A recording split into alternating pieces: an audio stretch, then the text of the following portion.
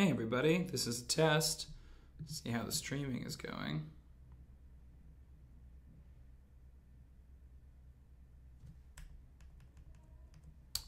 Can y'all hear me okay? Just testing it for a few seconds here. Seems to be working as far as Okay. Looks pretty good. I'm gonna pause the chat. I'm gonna pause the stream. I'm gonna get some links. And then we will get started.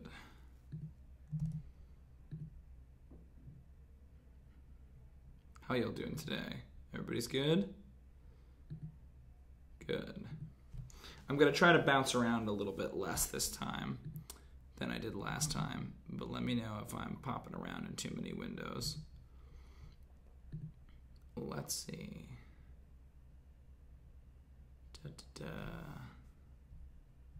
Hey, this is a silly question for anyone. People are talking about the Oscars right now on Twitter a lot, and I keep seeing stan used as a verb.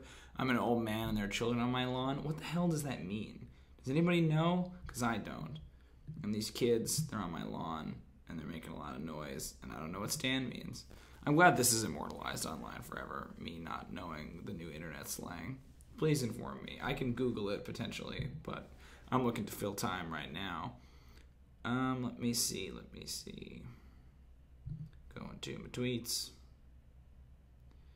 Posting up some tweets. I gotta put this in the Discord as well. And we're live.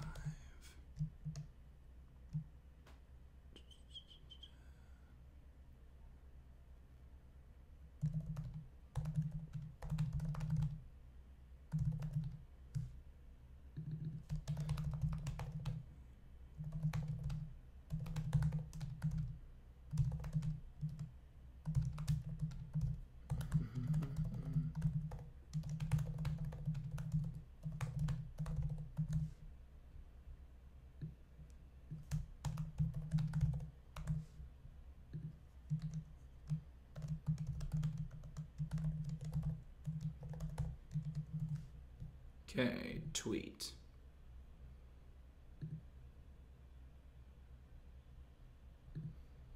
Okay, let's go to Discord. Anybody in the chat yet? Oh.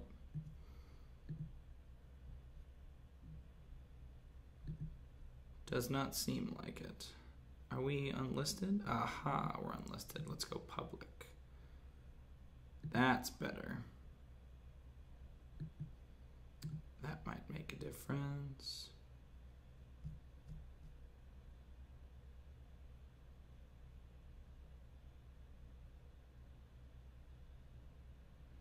Okay.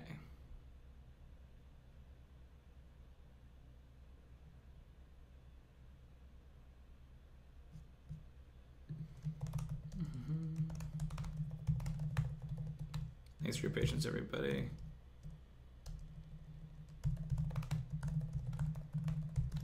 Posting on the various social medias.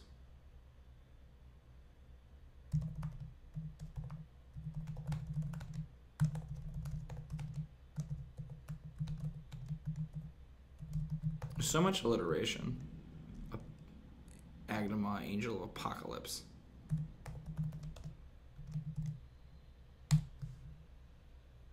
Cool.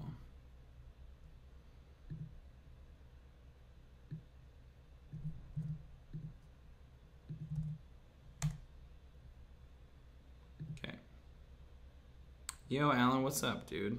How you doing? Thanks for swinging through. Okay, let's see.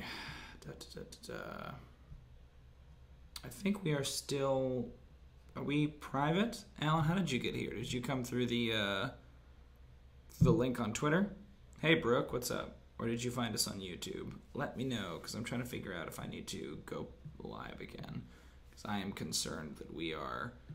not visible through Twitter. Yeah, I'm worried about that. Let me see. I'm gonna go to YouTube real quick and just make sure that it's accessible from our main page. Oh, yeah, there it is. Okay, Cool. So it'll be a bit of a slow start. All right. Oh, cool. I'm glad you're checking the Discord. All right, folks, so we're going to get started. We were off last week, and the week before that, we had some streaming complications as the UW campus was closed due to the Seattle snowpocalypse.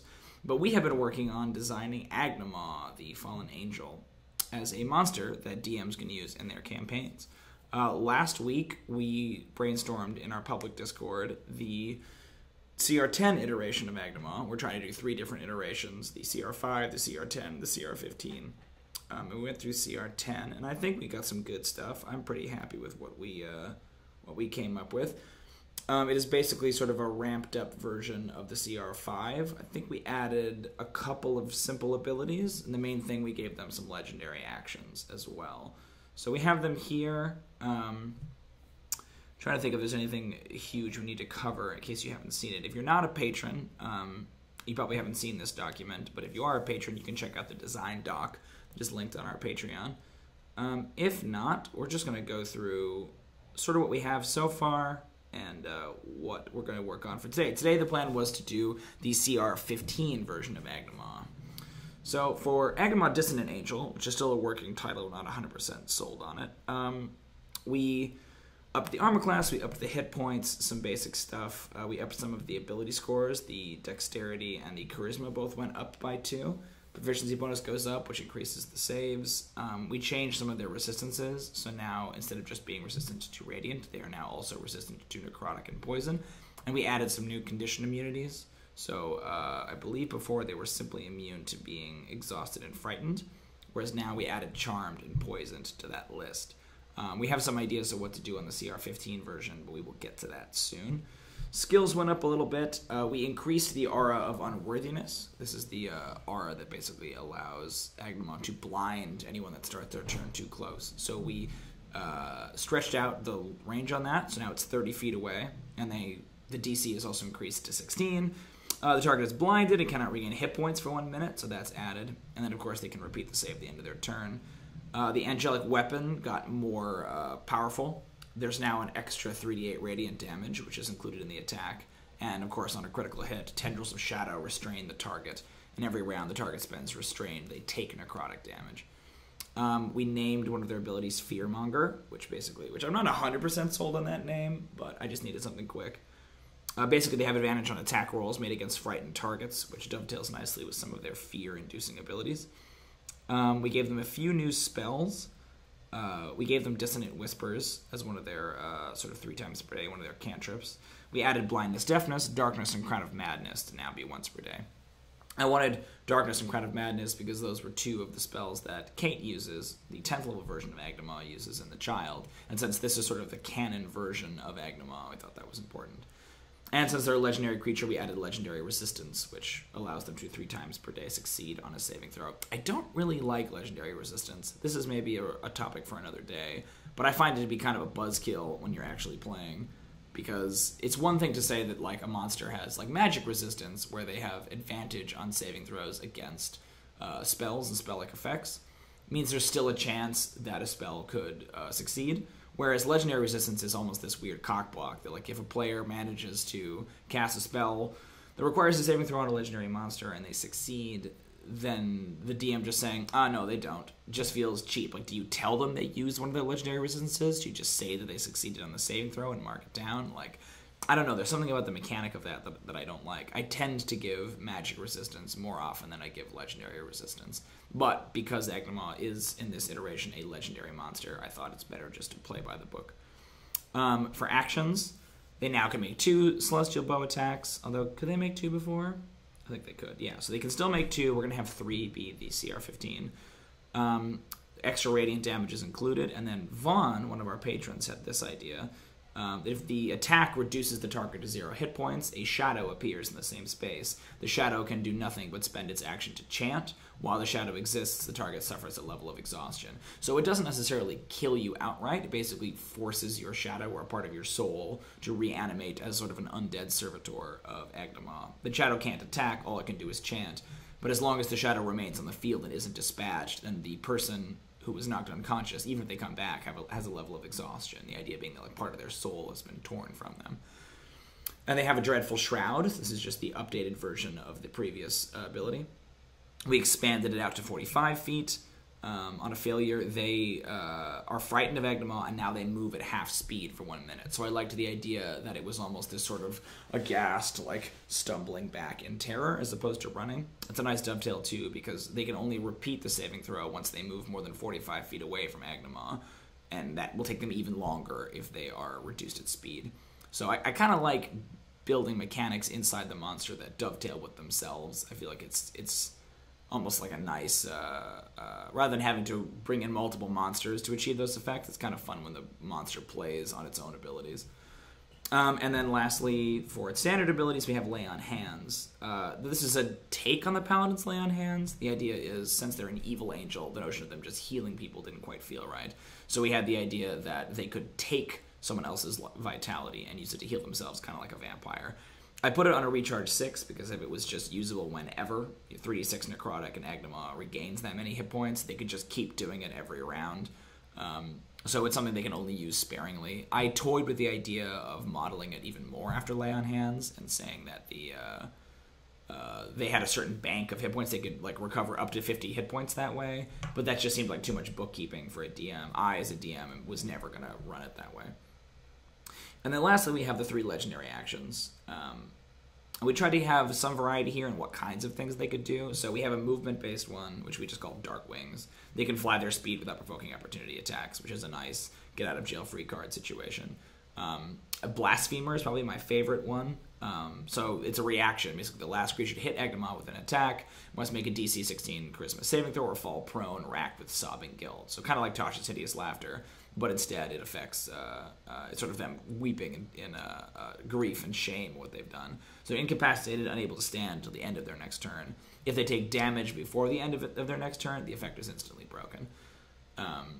So I just like that idea of someone like, how dare you attack Agnoment? How dare you like profane yourself by doing such a thing?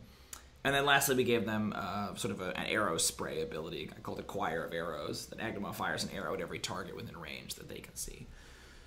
So that's the CR10, and they appear to be pretty evenly leveled. There's not a lot of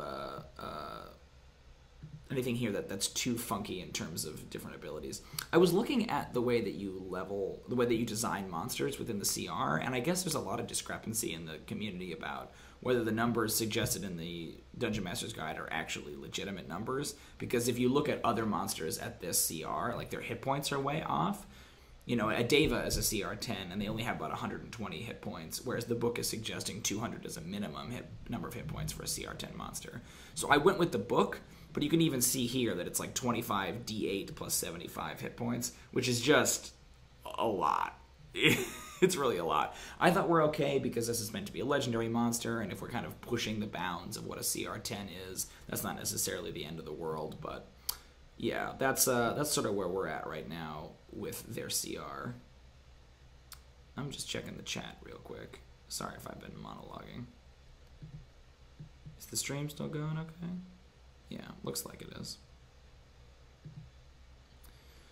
So today, then, we're going to talk about the CR15 version, kind of the ultimate final form version of Agnoment. We have the 5 here, the Fallen Angel. We have the Dissonant Angel. I want to do something like Angel of Apocalypse or Archangel or whatever for the last one. So let's copy this over. I might check Twitter and just retweet because I'm a little worried that nobody has seen the thing yet. Not that Alan and Brooke are not excellent company, but if we can get a few more voices in here, that would be ideal. How are y'all doing? You guys okay? Check in the chat. Yeah, it's funny. It seems kind of odd. Let's pop out the chat. Yeah, there we go. Cool. Thanks, Alan. Do you have a right word for that ability? For Fearmonger? I would be curious to hear it. Yeah, you're welcome, buddy. You're welcome. Cool. Thanks for your input. Let me pull up Twitter.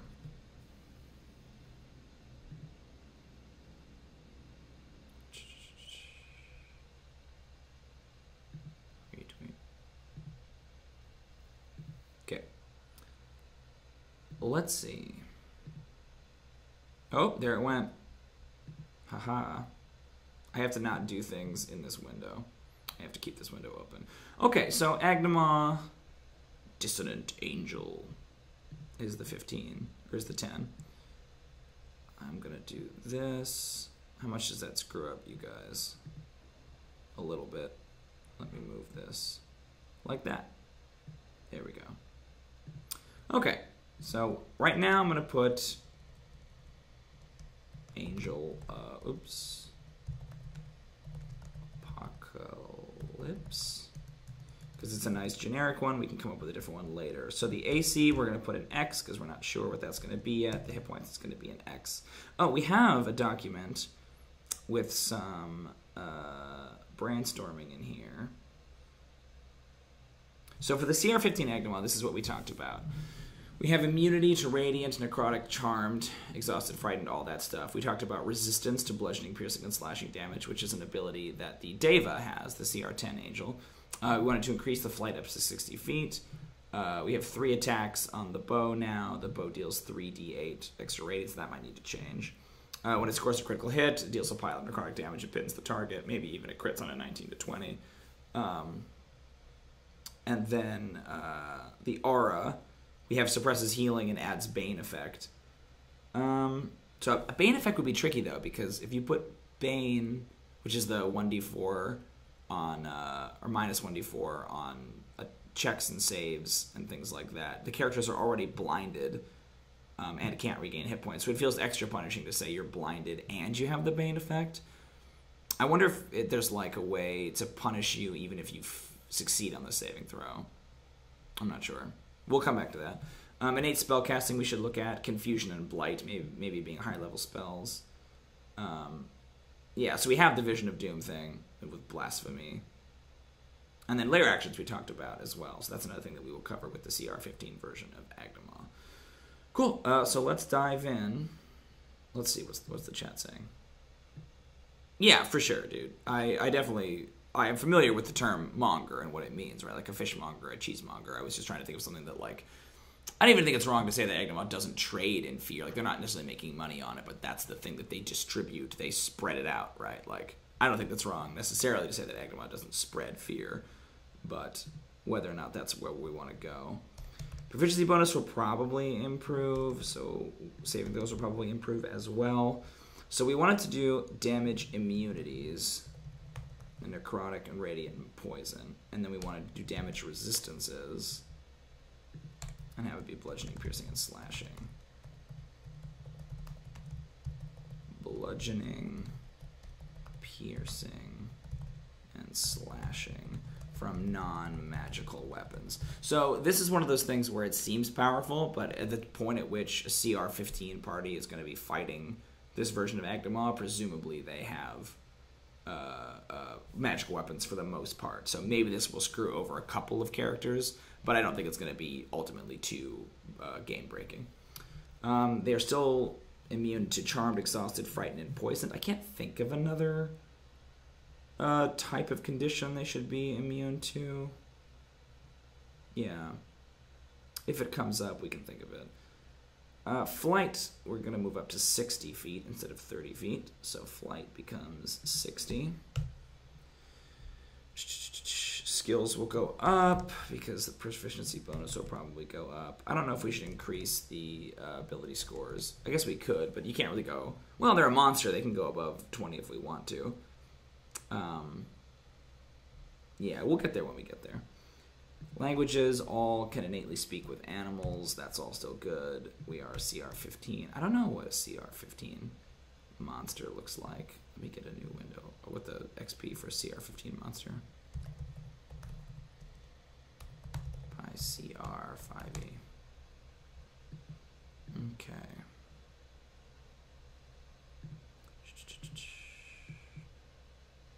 Fascinating stuff. CR15 monsters include the Mummy Lord. Oh, that might be a good one to look at. 13,000 XP. Wow, that's crazy. Okay. So the Aura of Unworthiness. Oh, hey, Jack, you're a CR15 monster. That's great. oppression, Alan, just on its own. Oppression. Oppressor, maybe, or something like that. I feel like just oppression is kind of a pretty big, vague word for it, but we'll put oppression for now. Strahd is on the... Hey, Jack and Shadowner are here. Welcome, guys. Thanks for coming in. Strahd is on that list, for sure. Let's see. Oppress the Fearful. Something like that. Yeah, I like it being a passive, like, almost like a title, like Fearmonger, or, you know, Oppressor or whatever is fine. Because I feel like Oppress the Fearful makes it seem like it's an action, where it's like a passive ability. Again, I always find that the names are probably the most difficult thing to come up with, especially just to sit in a room and throw names out there until you find the one you like. So I'm not too worried about that, but that's just what I put as a placeholder for now. Okay, so Aura of Unworthiness. So last time we had the aura at 15 in the CR5, and then at 10 it becomes a 30-foot radius. And then I feel like at 15 it obviously naturally goes to 45. We're increasing by increments of 15. We could pump it all the way out to 60, but saying any creature that starts their turn within 60 feet of Agnoment has to make a DC 16 Christmas saving throw is pretty brutal. So let's say 45. That still feels really wide to me. We could maybe even do 10, 20, 30. Might be easier, but we'll keep it at 45 for right now. Must make a DC 16 Christmas saving throw. On a failed save, the target is blinded and cannot regain hit points for 1 minute. Okay, that seems good. I feel like we need to add one more thing in there. The idea was that the aura gets progressively more punishing to sort of remain within. So at CR5, it's just blinded. At CR10, it's blinded and cannot regain hit points. We discussed the idea of like a Bane effect, but again, I'm worried about sort of double jeopardy. Like, not only are you blinded, but now you also have a minus 1d4 to your checks and things. Like, your attacks are already going to be horribly at disadvantage. So I don't know, is it like a hopelessness thing? Is it like disadvantage on saving throws or something? Because I feel like if you have a condition, if something else is going on. I mean, and that's extra punishing too, because if you have disadvantage on saving throws inside the aura, then you can't really succeed on that saving throw, right? What do you guys think? What's a good third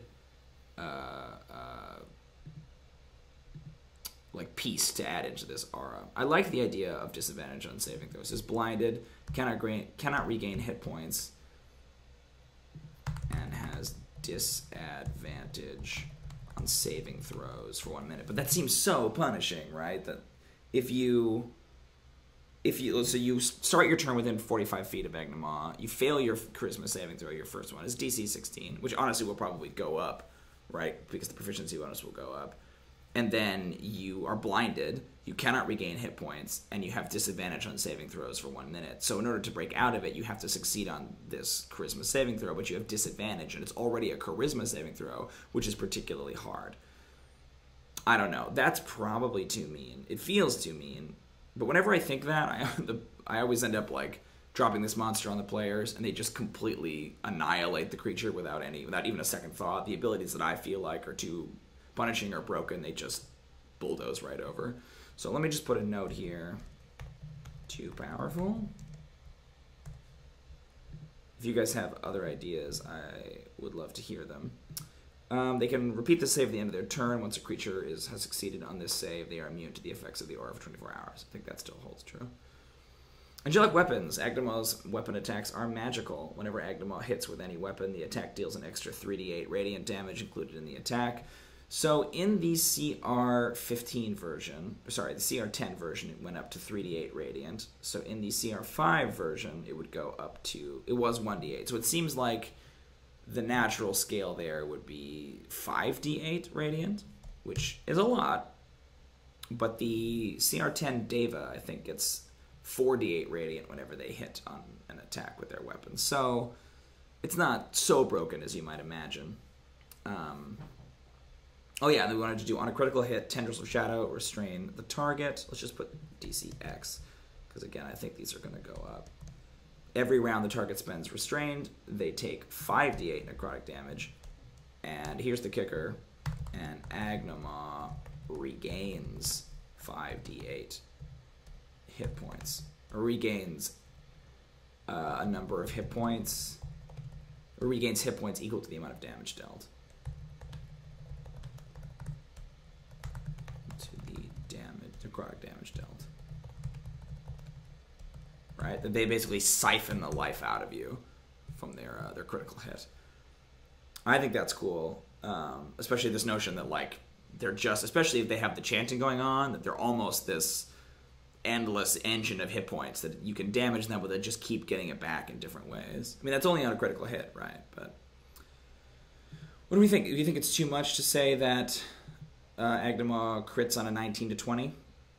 Because it still feels like this seems really powerful, but it's extremely conditional, right? Like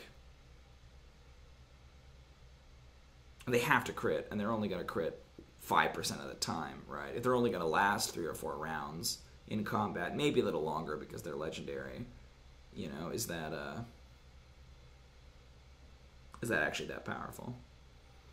Okay, so for the fear ability, it will give more chance of using the power, that's true, but I just don't want to tip them over, right, into scary land, into being broken. I mean, it's that go big or go home thing, right? Magical. I'm trying to figure out where to put that. Are magical and score a critical hit on a roll of 19 or 20. Something like that. For now. I might even just like highlight all the new stuff. Oh, that's a good point, dude. That's a really good point. They're probably going to have advantage on that attack. So maybe it's not worth it to up the crit range because they're getting 2 dice. That's very astute. I would not have made that connection. So let's see. I'm going to highlight it. I'll put my too powerful next to it as well. This is where that thing where we're kind of running into like the playtest wall, where at a certain point you can crunch some numbers, but until you actually like get it up and run it on its feet, you never know. I think that's too powerful. Yeah, too much. So let's resolve it. Let's just delete. I think you're right, dude. Okay. Has advantage on all attacks made against frightened targets. In addition, Agnoment deals an additional, I think we go to 15 necrotic damage on attacks made against frightened targets. That seems fine. Agnoment's spellcasting ability is Charisma, spell save, DC, whatever. Agnoment can innately cast the following spells requiring only verbal components. Yeah, I think you're right, Shadowner. There's probably a reason that few monsters have improved critical range. So I think it's better to strike it. Because we're also adding that they regain the hit points, right? That they siphon the life out of you. So I feel like it's too much to just constantly heap on punishment. In terms of spell casting, before with the CR5, we had once per day with 3 different spells: Dissonant Whispers, Hellish Rebuke, and Shield of Faith. And then we went to 3 times per day with those couple: Shield of Faith, Dissonant Whispers, and Hellish Rebuke, right? And then he added once per day Blindness, Deafness, Darkness, and Crown of Madness. So it seems like then with the CR15, you would make these cantrips, like at will. But it feels like, you know, some spells like at will Hellish Rebuke and at will Shield of Faith basically mean that their armor class is always going to be up by 2, right? Because that's what Shield of Faith does. And their Hellish Rebuke, after every time they get hit, they're going to be lashing out with Hellish Rebuke. It seems too powerful. We could keep this at 3 times per day and make this like twice per day and then add a 3rd category of once per day. Oh, it is still a reaction in range. What is the range on Hellish Rebuke? He wondered.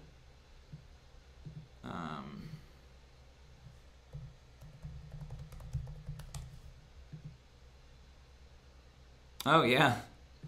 That is Shadowrunner. That's funny. Alan is one of our players. He plays Ernst. Shadowrunner, your gift was used in a game we played last week, 2 weeks ago. Yeah, I think it was last week. Came in quite handy. So Alan has you to thank for several of his successes. Let's see. 60 feet, so it is still a reaction. You're right.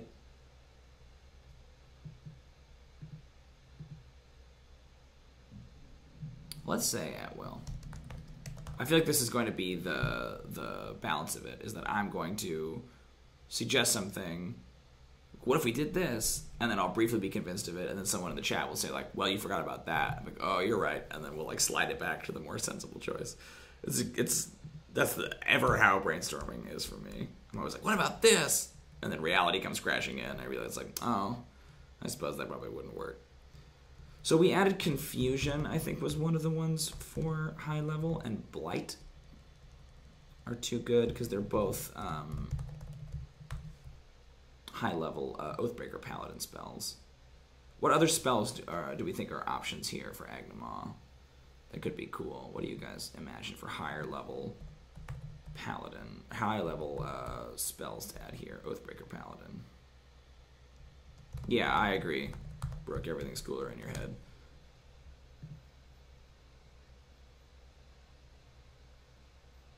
Yeah, he didn't quite get all the way down. I don't want to spoil too much about that boon, folks. So let's keep it, you know, spoiler free. But we almost got to the breaking point on that boon, but we didn't quite get there.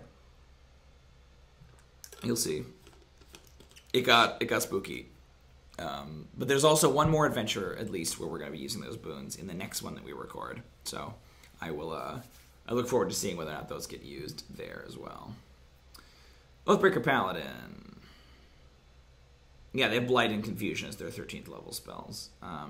Contagion and Dominate Person are up there as well, but that's a little bit higher level. Blight is what level? Blight is 4th level, so let's look at some 4th level cleric spells. Although some of the best Oathbreaker Paladin spells come from, like, warlocks and stuff, like Darkness and Crown of Madness. Doesn't feel like a very cleric-y spell, but it's one of the ones that the Oathbreaker Paladin gets. Banishment, Control Water, Death Ward, Divination, Freedom of Movement, Guardian of Faith, Locate Creature in Stone Shape. Those are all pretty prosaic. Banishment's kind of interesting. You know, Rata on Contagion is rather balanced. Contagion. Contagion's kind of interesting too, because if you think about, like, the traditional angel or sort of saint or miracle worker, right, that can, like, touch you and cure you of your diseases, the idea of Agnoment touching you and inflicting a disease on you seems kind of neat. Make a con save. I feel like 3 of the throws, they're affected by a disease. Oh, Alan's doing the deep research, looking at the Old Testament accounts of angels. Getting up in that Old Testament. Let's see. Blight, Confusion. Blight and Contagion seem similar, but I think they're actually pretty different because Blight is just like a big pile of necrotic damage. Yeah, I'll put a Contagion on their shit. At least for now. Can everybody see the thing? Okay. Just checking. Contagion. They keep legendary resistance because they are still a legendary creature. I feel like they don't need any more traits. They seem pretty stacked.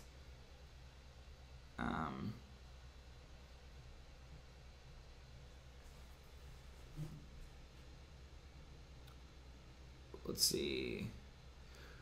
What do you guys think? Is there any more traits Agnoment needs here for the CR15? Like, we have the lair actions as well, but this seems like plenty to me. We didn't really add anything.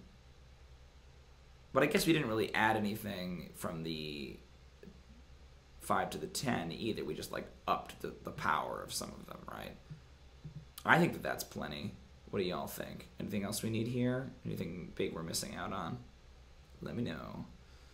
For actions, we're going to increase the number of attacks up to 3 Celestial Bow attacks. The bonus will increase. The damage will go up to 5d8, theoretically. And this attack reduces the target's 0 hit points. Yeah, so the Shadow comes in again. Shadow can do nothing but spend its action to chant. That's still fine. The target suffers a level of exhaustion. That's all still fine. They just have 3 attacks now, so they have 3 chances to do it. As an action, each creature within 45 feet of Agnoment. So we make that 60 feet. Let's make a DC 16 Charisma saving throw. On a failure, the target is frightened of Agnoment and moves at half speed for 1 minute. If a creature is frightened by this effect, moves more than 45 feet away from Agnoment. 60 feet away from Agnoment, they can attempt another Charisma saving throw. So do we need to up the power of the Dreadful Shroud? On a failure, the target is frightened of Agnoment, and I added moves at half speed for 1 minute. Is there a third component we can add here to make this even nastier? They're frightened of Agnoment, they move at half speed, and they... You know, it's tricky because we kind of have 2 competing aura effects. Aura of Unworthiness is passive, and Dreadful Shroud is active. But there's really only a 15-foot gap in between the 2, right? Like, every round they'll be trying to save against Aura of Unworthiness. I guess until they succeed on it. In which case it stops being a factor. I'm not sure. We can maybe put the Bane effect here. The target is frightened of Agnoment. How does Bane word it? Bane 5e. And it's Charisma saving throw, which is interesting and appropriate. Target fails whenever they make an attack roll or saving throw before the spell ends. They must roll a d4 and subtract the number rolled. And whenever they make... So, it seems so wordy, though. So if it's like the target is frightened of Agnoment, moves at half speed, and must roll 1d4 and subtract... Hold on. I just forgot how it was described. Let's roll a d4 and subtract the number rolled whenever they make an attack roll or saving throw.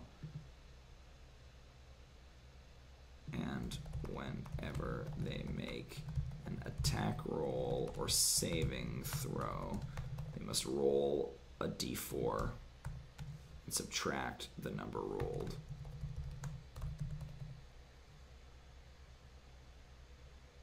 I wonder if we do something like this. On a failure, the target is terrified. While terrified, they are but they're already frightened. So frightened means what? Frightened means they have disadvantage on that kind of stuff when they're inside of Agnoment, right? Has disadvantage on ability checks and attack rolls. You're kind of just punishing the same thing again with the Bane effect. I just don't think that's very sexy. I don't think that's very smooth. I think it's fine to say they're frightened of Agnoment. That's maybe better.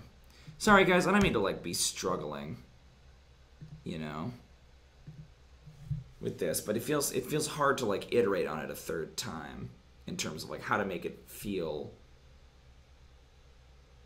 sufficiently powerful enough, but not so punishing. And like, honestly, my main thing is not to repeat myself. Do you know what I mean? Like, I feel like a lot of these abilities are operating inside the same wheelhouse. What is like a... Maybe we should look at like a high-level paladin. What can a high-level paladin do? CR 15 paladin. Or not, fucking level 15 paladin. Paladin, 5e.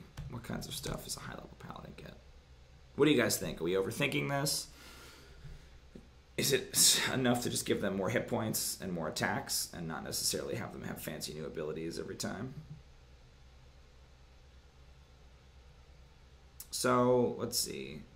They don't get a lot. They get improved Divine Smite at 11th level. We kind of already have that with Angelic Weapons. And they get Cleansing Touch at 14th level, which means they can use their action to end one spell on yourself or on one willing creature that you can touch. But that's, I don't know, it doesn't feel very evil. What about the Oathbreaker Paladin?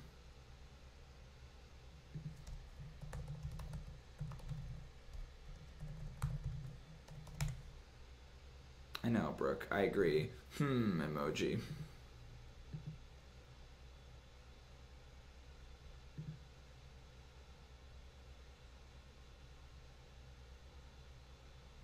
I mean, Alan, I don't mind taking away abilities and replacing them with higher level abilities. Yeah, you're right. I see what you're saying, so it's additive. I mean, if that's easier to do, I'm happy to do that. I'm just not sure what that would be, you know? But I think you're right. I think if you say the aura, each version of the aura gets a new feature, then you're right. It just gets to be this big 2-page cumbersome stat block, right? It's meant to be a large, powerful villain, CR15, legendary monster with lair actions. Like you look at Strahd in the monster manual, right? He's a 2-page spread. So I don't think it's like ridiculous to get to that point, but you're probably right that that should be the like upper end. You know, I don't think it's bad to have a big stat block per se, but if it gets to be so unwieldy that you can't run the damn thing, which is what I think it's verging on that territory now. It's tough. It's tough not to just want to constantly stack on cool abilities, right? I feel bad saying that the CR15 version of Agnoment is just the CR10 version of Agnoment with more hit points and an extra attack. You know what I mean? Yeah. Shadow, the 2-page spread is enough to read. It's the 3rd page that people forget. Yeah, we should punch these into the monster block and see what that looks like, you know? How big is this block on its own already? Because we also have lair actions to deal with as well.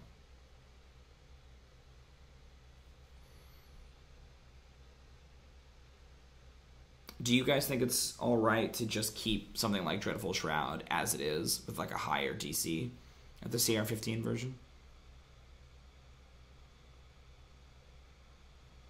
Alan has an interesting point. It could be a matter of trimming the CR5 version to size after going hog wild with the 15. Do it in reverse order. Yeah, we could. It makes me feel bad because we did it the other way, right? Like, you go back. And the CR5 one is quote-unquote balanced according to the monster manual, according to the DMG, right? Like, this is a CR5 monster. But I hear you. If there's so many different versions.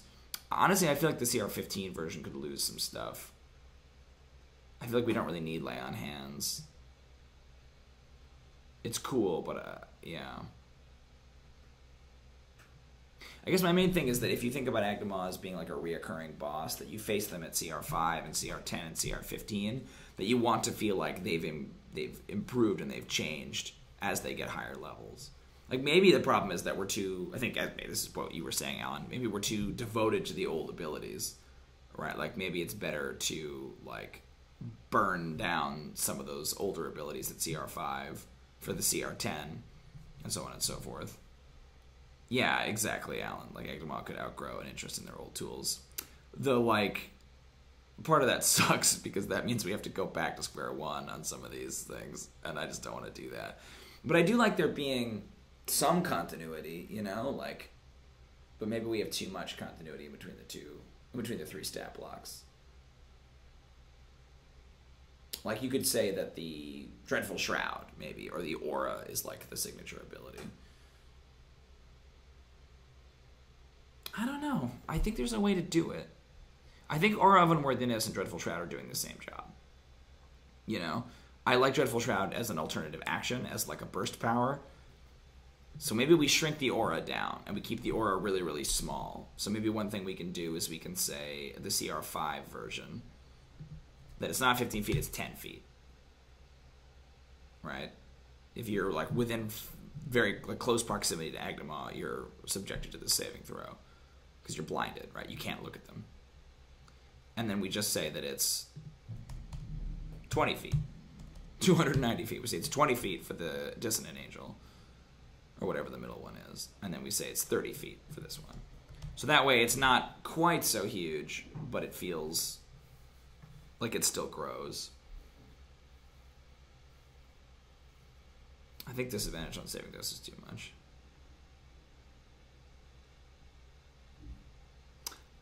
Yeah, the idea was that they're totally necrotic at this point, Brooke, at CR15, that they've completely embraced their sort of fallen nature. Which I think is here, like, represented in the mechanics, but the question is, how much is too much, you know? Target is blinded, cannot regain hit points, and its disadvantage on saving throws for 1 minute. So you have to kind of think of it as like, yeah.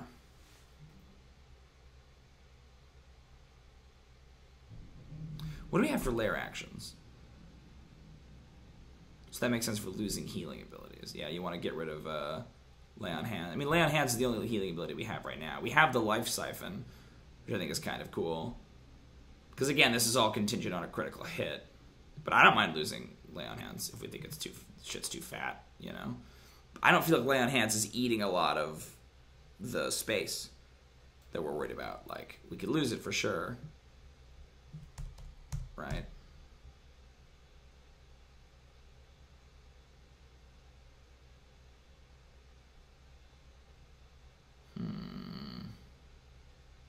Fearmonger I like, or whatever it's called, right?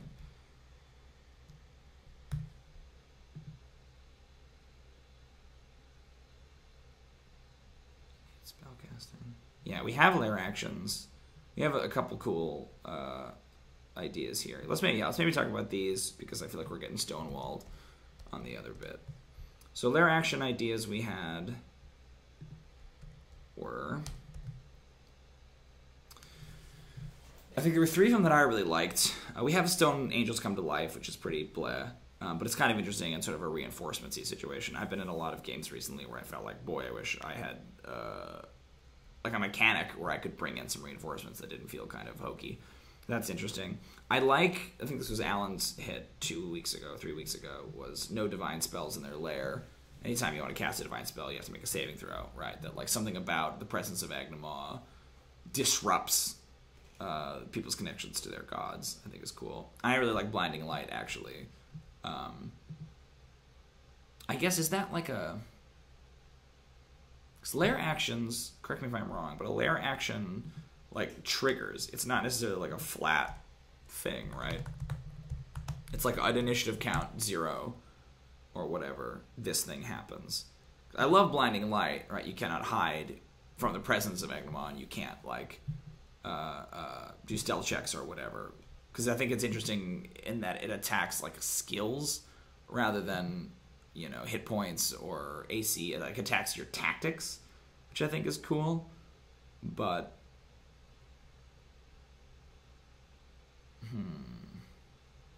yeah, they typically trigger on initiative 20. I think you're right, Brooke. Well, my question is, if Blinding Light is one of them, does it, like, every, you know, any character who is hidden is revealed? Like, how does that work? Because it should just be, to me, Blinding Light just means that, you know, all stealth checks have disadvantage, or all stealth checks within a certain radius automatically fail. Which I think is also cool if you think about angels and all their eyes, right? Like, that's the one thing you were talking about, Alan, a couple weeks ago, was the notion of the weird Old Testament angel that has thousands of fucking eyes, you know? That they just, it's impossible to hide around them. Maybe that's like a passive ability that you give high-level Agnoment, is that they can't be surprised, or True Sight, essentially, yeah. True Sight also, like, reveals invisible people, right, in illusions. So is it like on initiative 20, Agnoment perceives every character in the room, or every creature within a certain radius, right? That, like, so if you on initiative count 20, Agnoment sees everyone, and then if you cast invisibility after that, you're free until Agnoment sees everyone again, right? Because it's, yeah. I think there's something cool about that. I don't know. And then someone suggested vulnerability to necrotic damage and radiant energy damage, which I think is good too. That, like, well, that's passive. These are all very passive effects. I don't know if you're, like, if lair actions, excuse me, are really great for passives. I want to look at some examples of lair actions. Vampire 5e. Vampire's got lair actions, right? Oh, Brooke, that's really smart. A lot of the high-level Celestials can see through lies and shit. At-will spell. Fucking Zone of Truth. Right? The spell Dream does fit that. That's a great one, Alan. Bingo, bango, bongo. I like that. Let's put Dream in there. Because I like that those two are both great hits, Brooke and Alan, because they're sort of out of combat abilities, right? We're so focused on what Agnoment can do in combat that we're not necessarily thinking about how Agnoment would work as like a larger overarching villain, right? Like what kinds of powers and abilities could they have? If they capture a character, they have Zone of Truth in order to interrogate them, right? That you cannot lie to Agnoment, that Agnoment strips everything bare. Oh, let's look at the Mummy Lord. Mummy Lord's a great example because it's got some more unusual lair actions.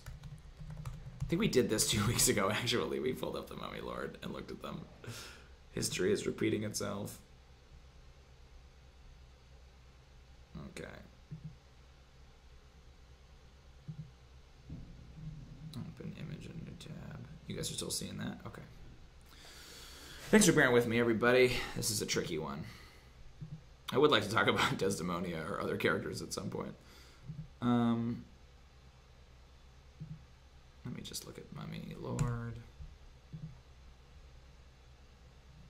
Because I like all of these ones. These lair actions, but I'm worried they are all, as Brooke pointed out, like all totally passive. That like there's no... Usually it's like a tidal wave sweeps across the lair or whatever, right? It's not... Everyone has vulnerability to Radiant. Which, like, you could do that, or has vulnerability to Necrotic. You could do that as a blast, but I feel like that's not really how lair actions work. I like those things, so maybe that's something we can mine for new abilities. It's to give people vulnerabilities and, you know, prevent them from hiding and things like that. Okay, Mummy Lord has 3. I really gotta remember to bring my PHP with me. Oh, I mean, hey... The first lair action for the Mummy Lord is each undead creature in the lair can pinpoint the location of each living creature within 120 feet of it until initiative count 20 on the next round. That's almost exactly what I was talking about with Agnoment, like, sees all things. Each undead in the lair has advantage on saving throws. So these are passive. Okay. Yeah, but they just include the caveat. Each undead in the lair has advantage on saving throws against effects that turn undead until initiative count 20 on the next round. So yeah, it's passive, but they just say that it persists all the way through. Yeah, all 3 of these are passive. Okay, that makes me feel a little bit better. Until initiative count 20 on the next round, any non-undead creature that tries to cast a spell of 4th level or lower in the Mummy Lord's lair is racked with pain. The creature can choose another action, but if it tries to cast the spell, it must make a DC 16 Constitution saving throw. On a failed save, it takes 1d6 necrotic damage per level of the spell, and the spell has no effect and is wasted.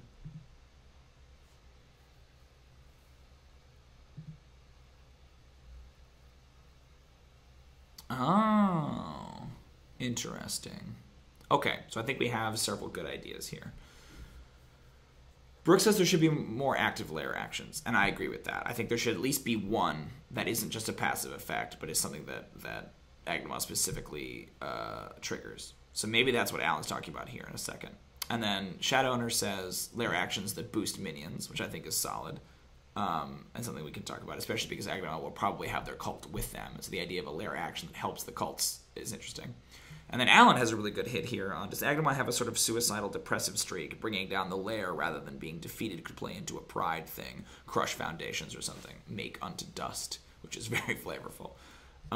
Yes, that's very cool. So it makes me think about Stone Angels, right? It makes me think about the cult, and it makes me think about some sort of a big...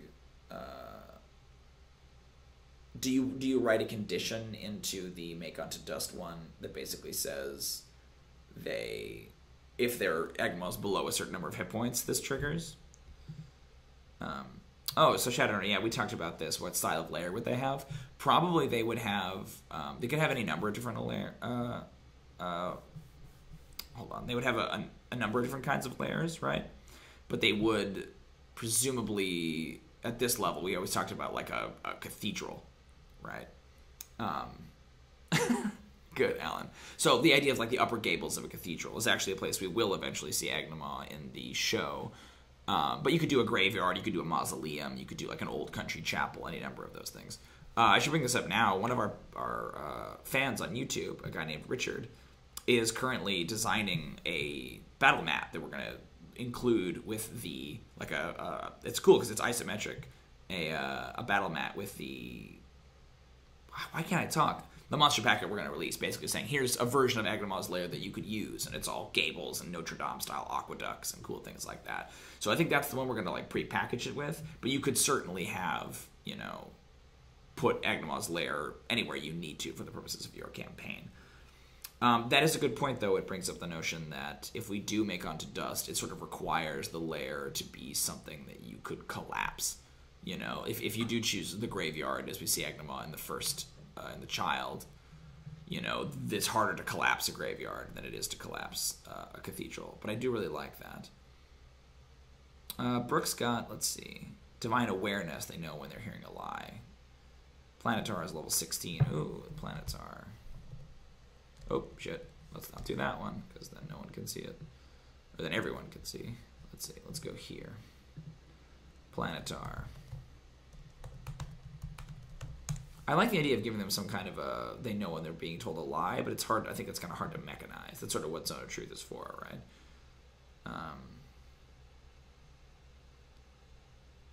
Let's see. Is this, oh, this is 3.5. Get me out of here. Looking at the 5e version.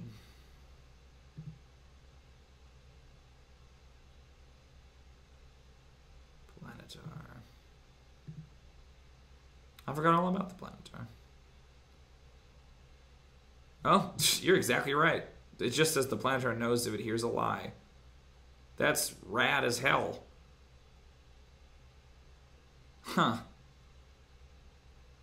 I like that they give the Planetar insect plague too, right? Like a plague of locusts. So the Planetar is like pretty scaled down in terms of abilities.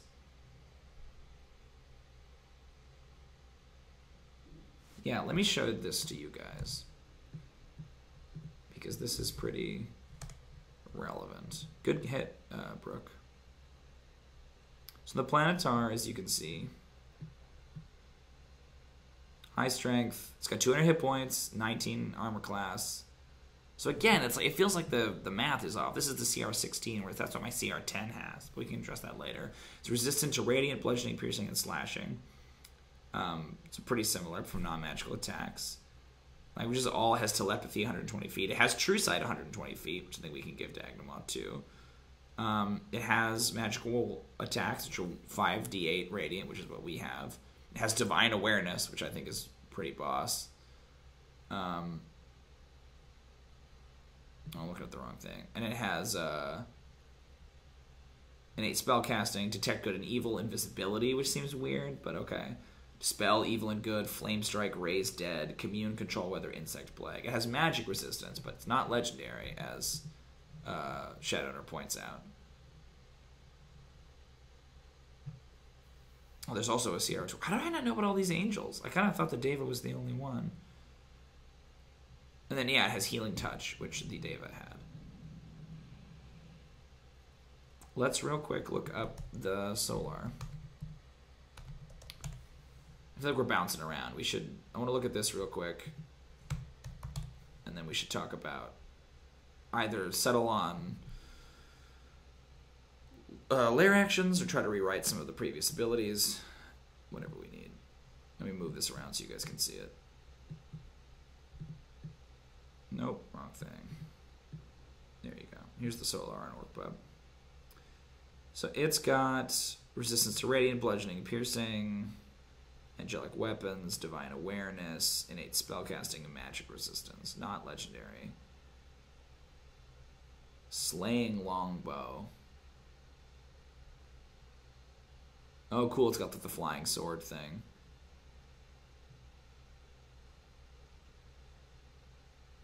Oh, interesting. Yeah, this is too much for us, but it has the, like, it hits someone. If the creature has fewer than 100 hit points, it must succeed on a DC 15 Constitution saving throw or die. So there is some precedent for doing something like that. And it has some legendary actions. It can teleport. It can blast out with divine energy. And it has a blinding gaze. That's interesting. It must be blinded until magic, such as the lesser restoration spell, removes the blindness to make it more permanent.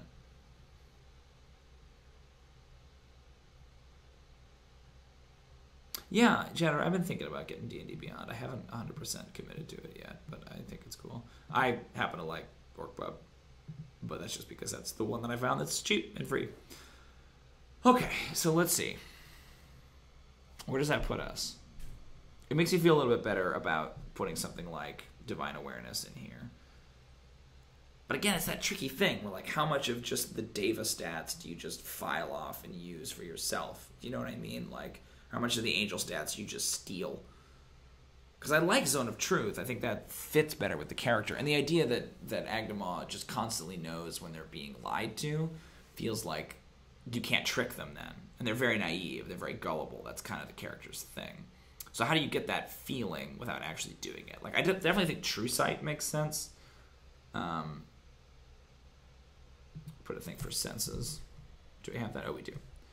Passive perception. True Sight. 100 feet. Oh no, it's going to get all effed. So let's do this instead.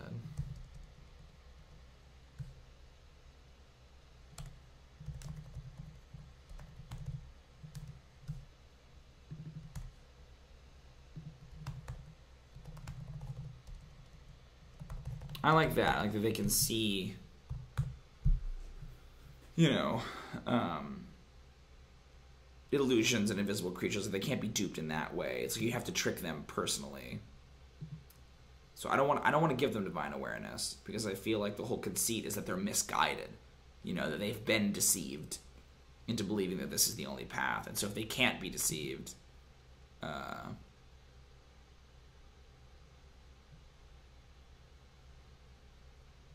oh, yeah, I have nothing against D&D Beyond. I just haven't quite pulled the trigger on it yet. Aura of Unworthiness. Okay, let's talk about lair actions. Let's get these down, because we were talking about these before, and they're cool. So I think we can have some passive ones. I think if we have 3 lair actions, right, we can have one that's more active, and one that's more passive, and then one that's kind of weird. So we have active, passive, and wild card. So let's see. I like the no divine spells in the lair. That one feels the most character based, like narrative based.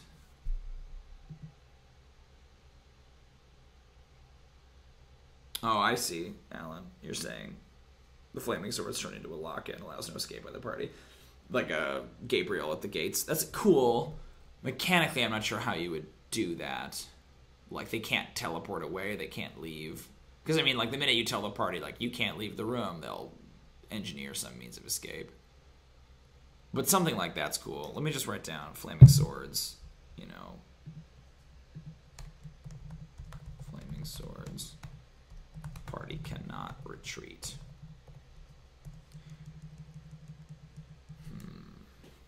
So the ones I like the most...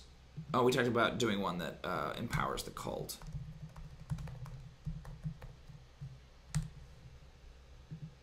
Yeah, the flaming swords are cool. I mean, I think it's less the flaming swords beyond the imagery of it, which I think is neat, and more the idea that they're stuck, right? That, like, the...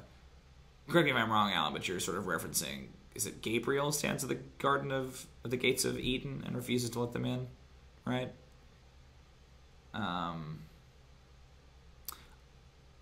We talked about empowering the minions, empowering the cult. Does it, like, summon cults? Does it... I don't mind the gargoyles. But, gosh, I'm having such a tough time pulling the trigger on any of this. Well, one of the ones I like is the Divine Spell one. So let's put that in there. Let's say, how does the Mummy Lord word it? Because it's pretty similar, I think. While I type this up, we can think about other ones. Until initiative count 20. Next round. Any creature, they say any non-undead creature.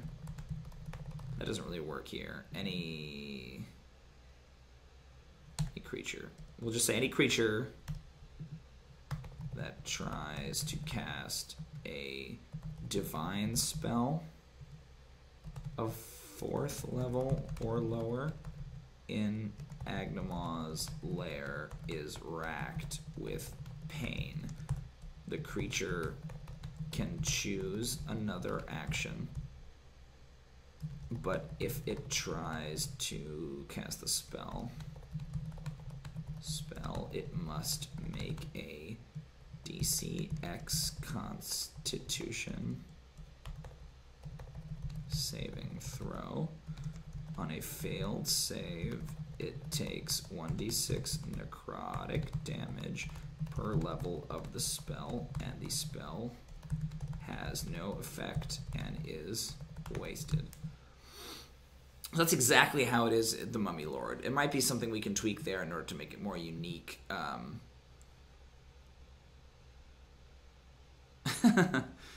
Alan says it could be some sort of a charm effect, like you go to the Vatican and the beauty and the grandeur of all the art can for a moment make Catholicism sort of appealing. Yeah, a charm could work. I like that. But the question, yeah, is it like, if Agnoment makes you frightened, and the conceit behind that is to run away, maybe those two things do dovetail really well, because then the idea is you can't run away, right? Interesting. Charm effect makes Agnoment irresistible. I don't know how to spell that word. Appealing. So is there anything with this one, which is the sort of Mummy Lord one, we want to change? So until initiative count 20 on the next round, any creature that tries to cast I had a divine spell of 4th level or lower. I don't know if that's a meaningful distinction in 5th, because they don't really separate that out. There's no mechanical difference between them, but for the sake of that. 4th level or lower in Agnoment's lairs. They say rack with pain. You could do...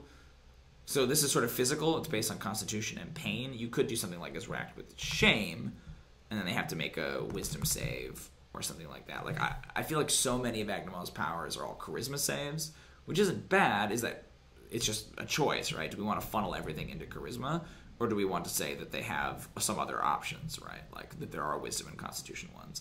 There's some part of me that kind of likes if the whatchamacallit, my gosh, if the Mummy Lord uses necrotic damage, there's something I kind of like about it being radiant damage or something like that, that like it's almost like the gods punishing you for trying to call on their help against Agnoment or something like that, that it's not coming from Agnoment, that it's coming from the gods. So making this radiant damage feels more flavorful to me, that it's like an external force that's divinely intervening. So wisdom, charisma... I feel like the charm is almost certainly charisma-based, or wisdom-based, right? Charms are usually wisdom-based. So maybe this one can still be charisma. Okay. So active. I think active either has to empower the cult. Like my instinct is that it like summons a ghostly choir or something like that, right? Like the Stone Angels are cool, makes more combatants, which I feel like is a pain in the butt to run. But if you... Yeah, charm spells typically require a wisdom save. So if you say that the lair action... What if we do this? Going back to the aura of unworthiness. If we get rid of one of the lair actions as being the vulnerability to necrotic, what if we add it here? And... is vulnerable to necrotic magic, to necrotic damage for 1 minute. Blinded, cannot regain hit points and vulnerable to necrotic, and then of course they'll hit and deal necrotic damage. Yeah, I like that. That seems stronger to me. It is still that compounding thing with bloat, but I feel like that's a better way to handle this. Okay, anyway, coming back to lair actions. What do we think is cooler, Stone Angels or Ghostly Choir? I like the Ghostly Choir because it adds complexity, but it doesn't necessarily add more monsters for the DM to have to run. That all the choir does is chant. That they like summon 2d20 ghostly like shadows or whatever that do nothing but chant. Kind of like if it kills someone, right? They like bring this holy choir into being, and while the holy choir is chanting, Agnoment gets bonuses. Stone Ghostly Choir, yeah, why not the best of both worlds? Because I like that adds, and it's on initiative count 20, so they respawn more and more of them. But they keep replacing the ones that you kill until there are just so many that you can't do anything about it. I kind of like that. In 4th edition, we call that an endless minion machine, where every round it would generate a certain number of 1 hit point minions, right? And those became really, really dangerous encounters because if there was no end to the minions, they would just eventually mount to the point where you couldn't handle them anymore. So let's see. How would we word that if we did on initiative count 20?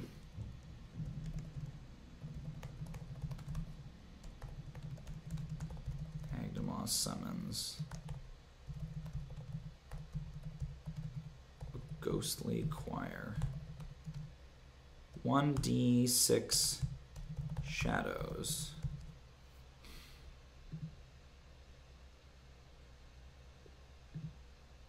Appear. Let me look at anyone that. Is there another lair action that summons people? I just want to get the wording on this. Appear within 30 feet of Agnoment. How do we? The shadows can do nothing but chant. But spend its action to chant. Can do nothing but spend its action to chant. Their actions to chant.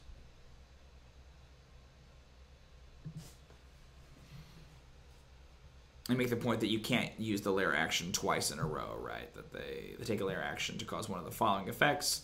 Agnoment cannot use the same effect 2 rounds in a row. How do we feel about that one? Dead culture. Yeah, Procession of Wretched Saints. Yeah, I like that. It just keeps coming. And they don't attack. They just perpetually boost up Agnoment with the chanting, right? Maybe I'll write a sidebar for that in the actual final product, which I'm going to have to drum up pretty soon. It feels very Notre Dame to me. It feels very Hellfire, right? From The Hunchback of Notre Dame, which, if you have not seen, is an extremely metal Disney movie. I'm going to put it up for you guys. I'll post it in the chat because it's cool. Yeah, exactly. The chanting gets louder. I don't know if you want to have it be too compounding, but I like the idea that they just can't get rid of it, right? It's Hellfire. These guys are spooky. Uh-oh. I just lost the chat.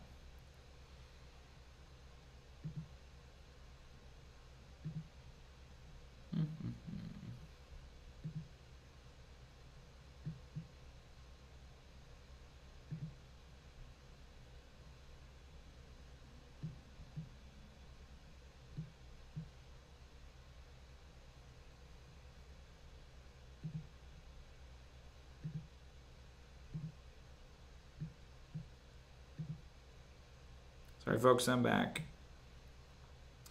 Okay, so what's the wild card one, then? There's the charm, right? For sure. There is the blinding light.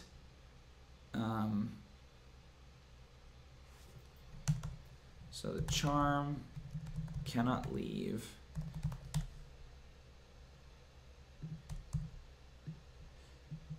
So my question, Alan, with that one is, I like the mechanical. I think that it has good flavor, right?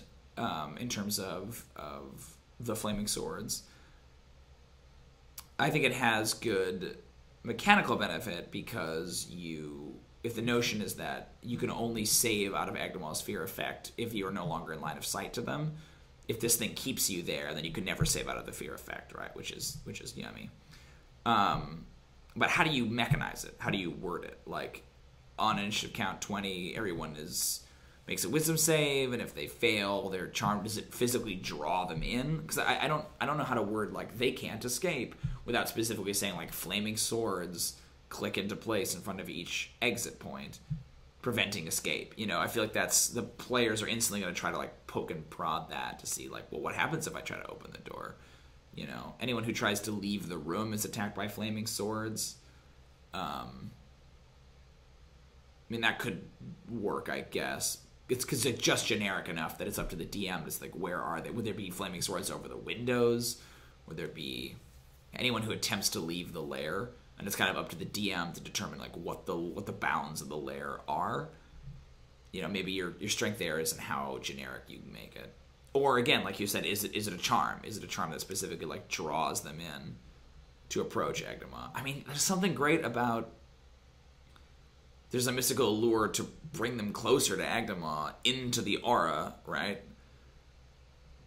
Yeah, I think that's better. I like the flaming swords because I like how, like, it feels like a weird wildcard power. It doesn't feel like one that I've seen before. Yeah, Brooke, I think you're right. I think it's the charms. So on initiative count 20, every creature...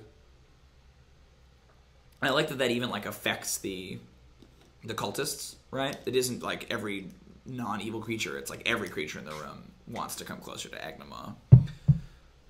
So let's see. On initiative count 20.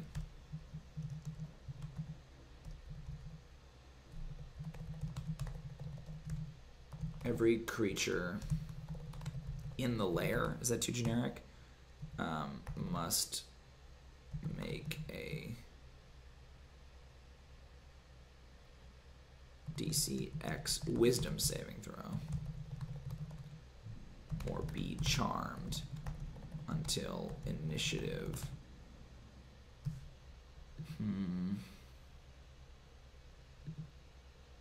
be charmed till initiative count 20 on the next turn.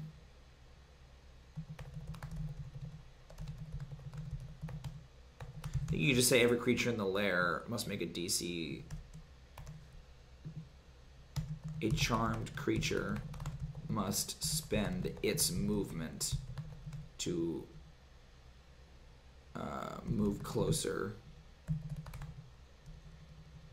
Must spend all its movement. Must spend its movement to...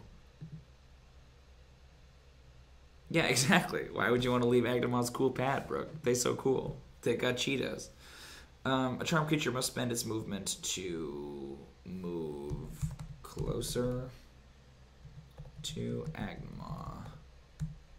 Spend the movement on its turn. Its movement on its turn. Spend its movement to move closer to Agnemawt. Something about the wording on that is really wonky. Cheetos and beanbag chairs. Yeah, listen, Agnemawt's got the kids for the weekend. They're gonna rent a pizza. You know, you can have ice cream for breakfast if you want. Why do you like to hang out with your mother so much? Why do you never want to hang out with your angel dad? Something like this. This is not the right wording exactly.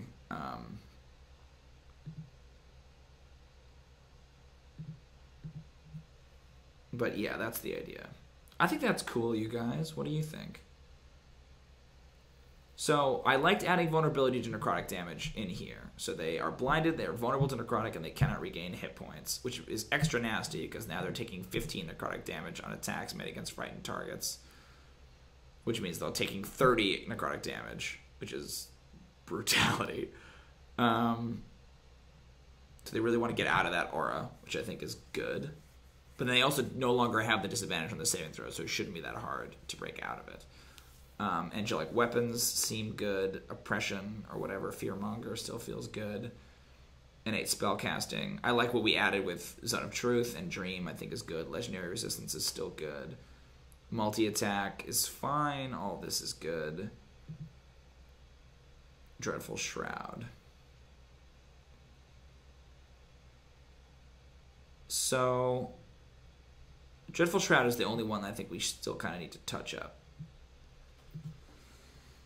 As an action, again, it's that thing of bloat, right? Like, on a failure, the target is frightened of Agnoment, moves at half speed for 1 minute. I feel like you need to add one extra thing in there. So is there something like from lair actions that we didn't use that's good, right? Blinding Light we don't really need because we have True Sight. We have this one. We don't need the Stone Angels. Powers the Cult we don't really have. Something about Radiant Energy Dampened, but that's not as like effective, or that's not as relevant here.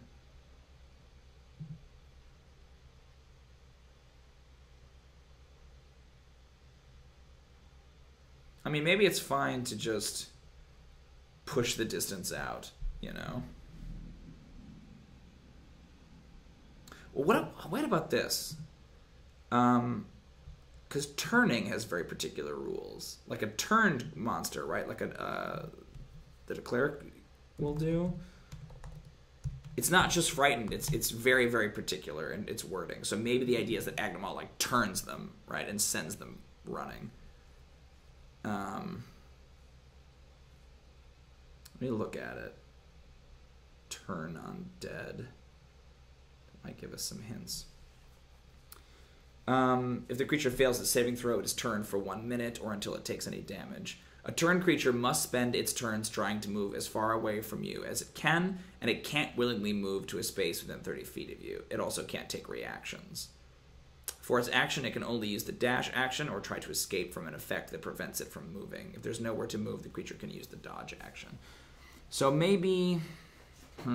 Because now we're in this weird thing where you have two different mechanics that are working against each other, right? You have the charm effect, which is pulling everyone in, and then the Dreadful Shroud, which is pushing them out. So they would run away, seemingly, from the Dreadful Shroud, and then the charm effect would push them back in.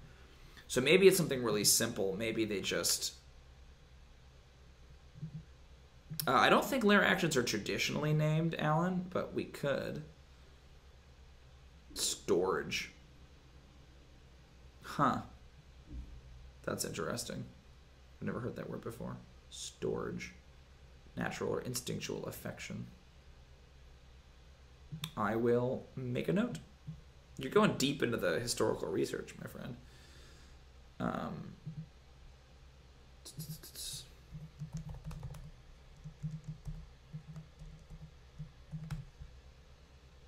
I feel like this does still need like a sentence of description. There's something about like Agnoment draws,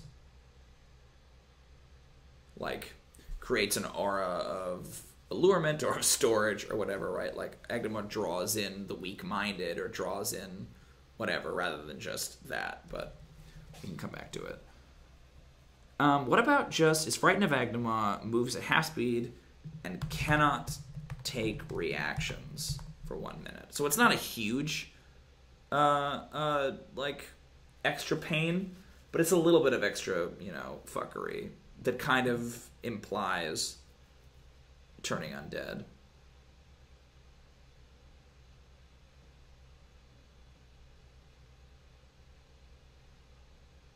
A creature within the lair. Is that too big? Within the lair?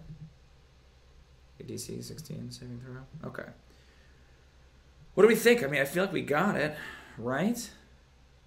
It's a big monster. It's a lot going on here.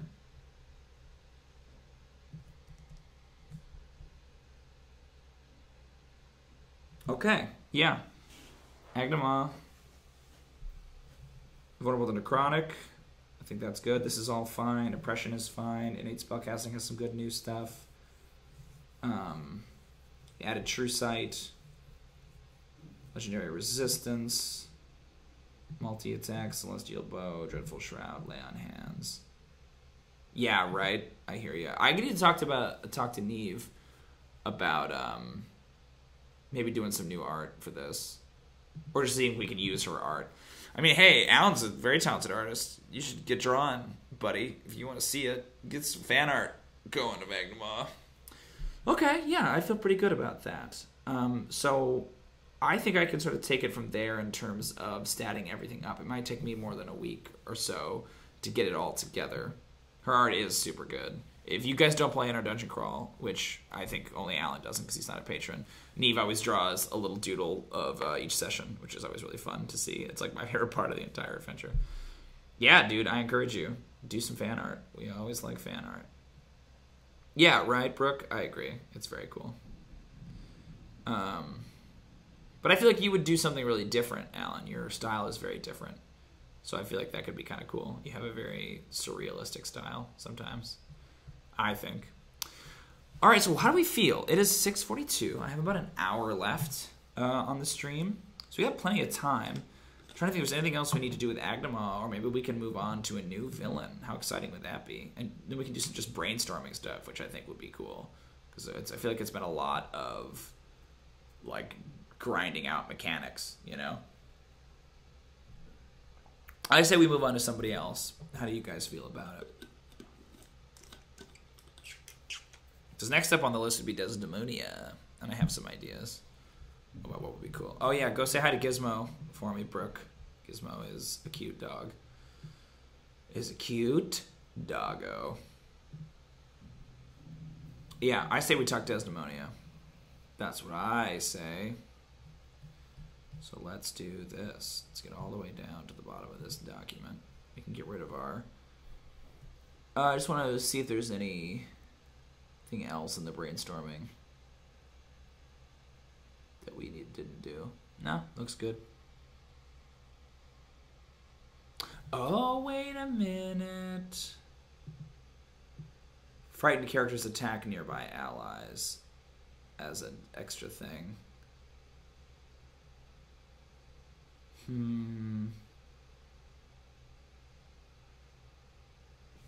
Cannot take reactions for 1 minute is what we currently have now, whereas before it was frightened creatures attack. Target is frightened of Agnoment, moves at half speed, and must, as an action on its turn, attack the nearest creature. Because that kind of has like the shades of Crown of Madness. That's pretty good. I think we might do that. What do y'all think? Yes, that is my plan, is to do a 5, a 10, a 15 for each, unless it doesn't make sense, right? I mean, I could see doing them slightly different for different villains. Desdemonia, yeah, I don't know. That was what I had imagined, because I liked the idea of them being reoccurring villains. But I don't know. Maybe I think we could take it case by case and see how we feel. But that's what I originally thought, was doing one of each. So I'm going to do this, make this change real quick. Let's go up into Agnoment. Moves at half speed and must spend its action on its turn to attack the nearest creature. How does Crown of Madness word it? Because I think that's better. It's like a Crown of Madness style effect.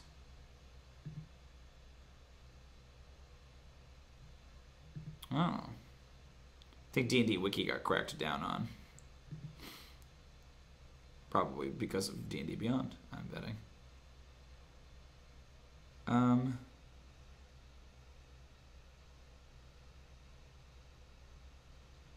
Must use its action before moving on each of its turns to make a melee attack against a creature other than itself that Agnoment chooses. Yeah. Spend its action on its turn. Spend its action before moving on its turn. Use its action before moving, and must spend its action before moving to make a melee attack against a creature other than itself. And itself that Agnoment chooses. Boom. A little wordy, but I like it. Okay, cool. Let's talk Desdemonia. So I didn't have a lot of ideas for Desdemonia because I didn't want to get too ahead of the brainstorming. But let's just make a list. I'm going to do a page break here on the document. You guys still see it? Okay. Yeah. Let me copy this over. Thanks for bearing with me, everyone. I hope this is a little bit less motion sickness inducing than last time we were bopping around a lot. But let's go. Oops. Nope. Just one. Let's go Desdemonia. The Seductress is her title. And then we'll just put flavor text. Okay, so brainstorming. So my thought was, in this particular iteration of Desdemonia, because she's not, we're sort of trying to decouple the characters from Yogg, you want to sort of think of them in a new context. Agnoment sort of came with the cult and was sort of a cult leader and had the sort of baked-in history of being a fallen angel, right? So I think Desdemonia might need a little bit more reflavoring in order to make them sort of fit into somebody else's campaign.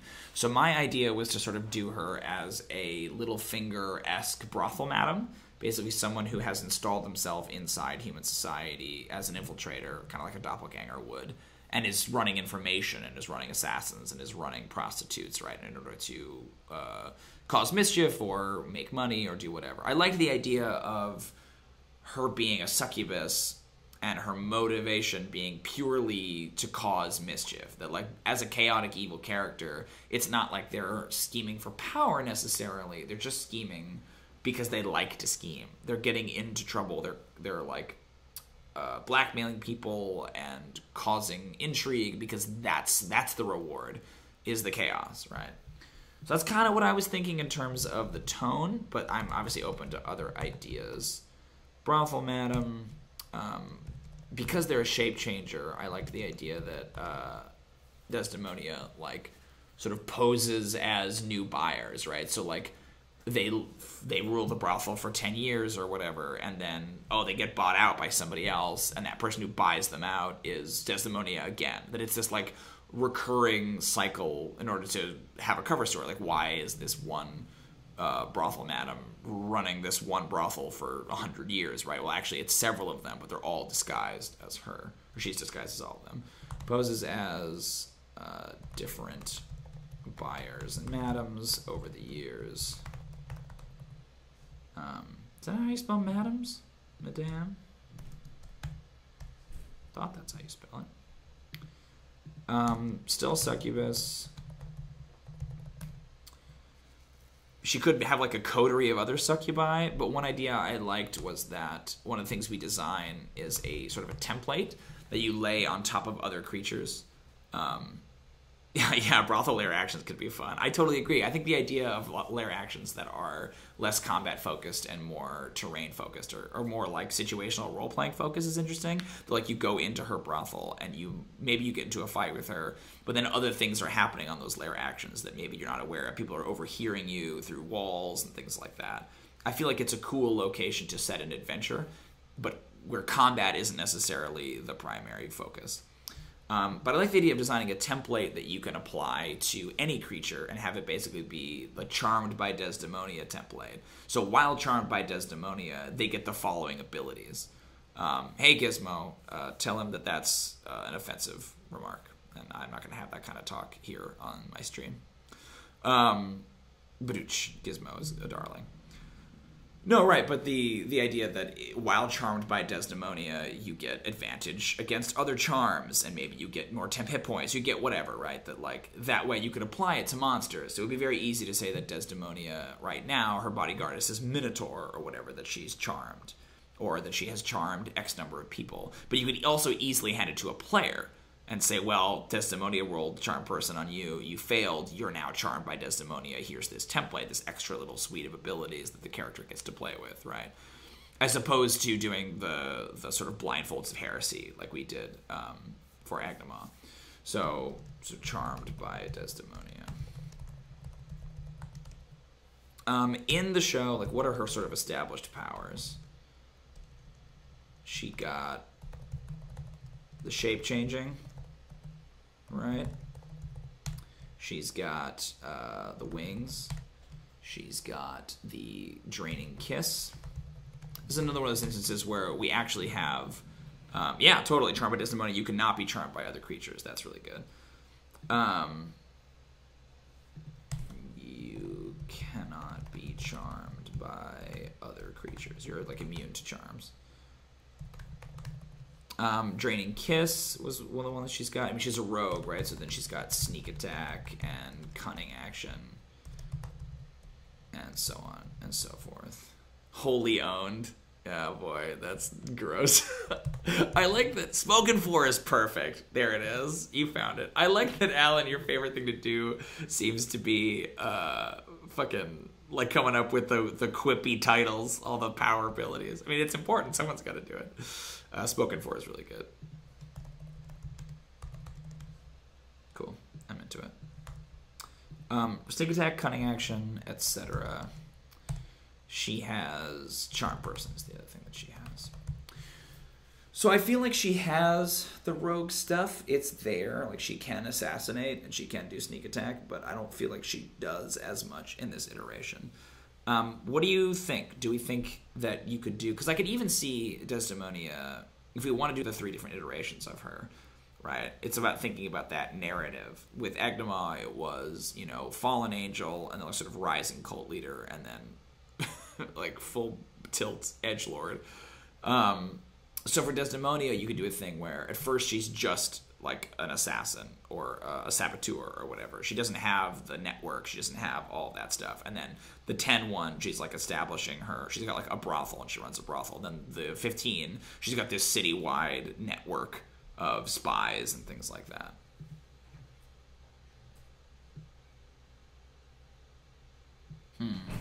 Lying is a staple, but asking PCs to play along like they believe a lie can be a tall order. How do you mean? I actually find that players like to be charmed. Not liked, but I've always had good luck with charmed players. Yeah, exactly, Brooke. That it's CR15, she's a mob boss. So, but I think it's a very secretive thing. I feel like she's not known about, right? Desdemonia is entirely anonymous in terms of she's always posing as someone else. I mean, she could be several mob bosses sort of all working together, right? CR5 is individual assassin, or like autonomous assassin. Autonomous assassin. CR10. Oop. CR10 is brothel madam. CR15 is crime lord. Yeah, I mean, I think that's interesting. If she has multiple identities and she's playing off of them, that's pretty cool. It changes a little bit of how we do her shapeshifting because we make the point that you can kind of tell that it's her, but there might be a way to do it. Okay, I mean, I think that's cool. So I feel like the CR5 one, like what is the Succubus's CR? I feel like it's close to that. Succubus CR5.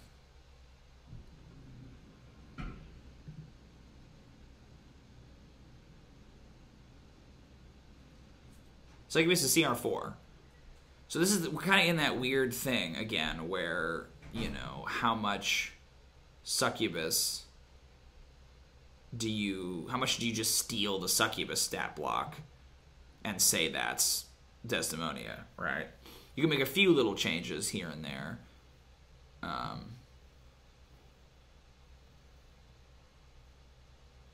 I see what you're saying. As she gets stronger in her abilities, the ability to tell she's shapeshifter gets smaller. Then yeah, each one of her versions of shape changer is slightly better, right? Like, I think that's interesting. And then eventually her ultimate form, her CR15, it's perfect polymorph or whatever. I think shapeshift is a spell. But I think she's still got to be limited to humanoids. Right, like shape change. Shape change 5e. Yeah, you assume the form of a different creature. I feel like she's still limited to humanoids, right? Like, regardless. So let's go under shape changing. At first, she can only change superficial things. Maybe tie them to different spells. So it starts with disguise self. So like CR5 is disguise self.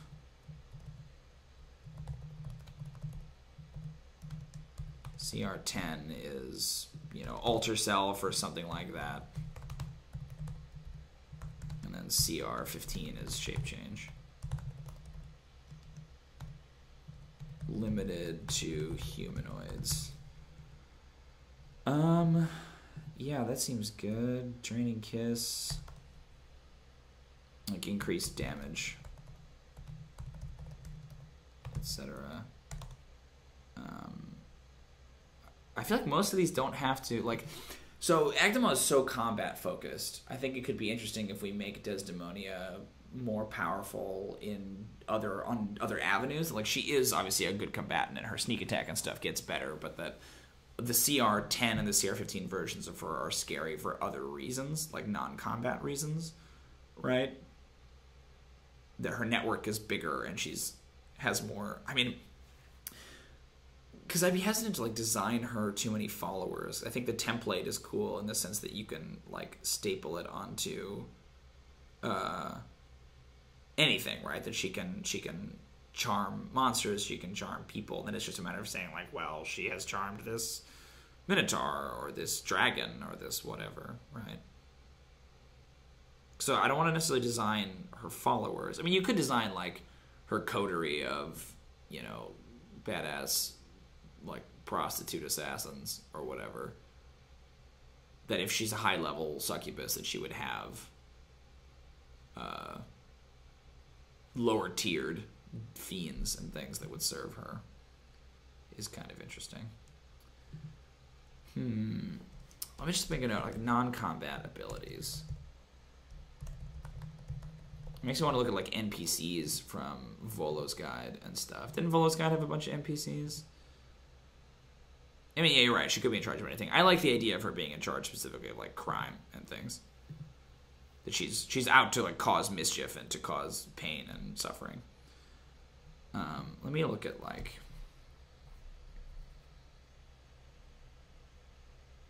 Yeah.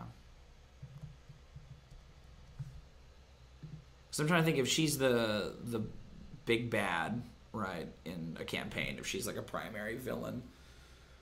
What kinds of out-of-combat abilities can she have that can... Because it wouldn't be like spell-like abilities, right? But like we talked about with Dream and Zone of Truth, where she's constantly surveilling the party and she's getting their secrets, right? So she trades in secrets, information, bribes, blackmail.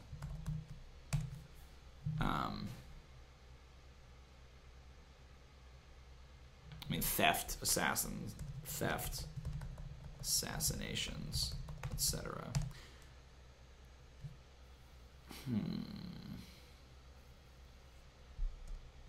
Let's see. So her CR5 iteration. Because, yeah, it does make you wonder, like, do you need...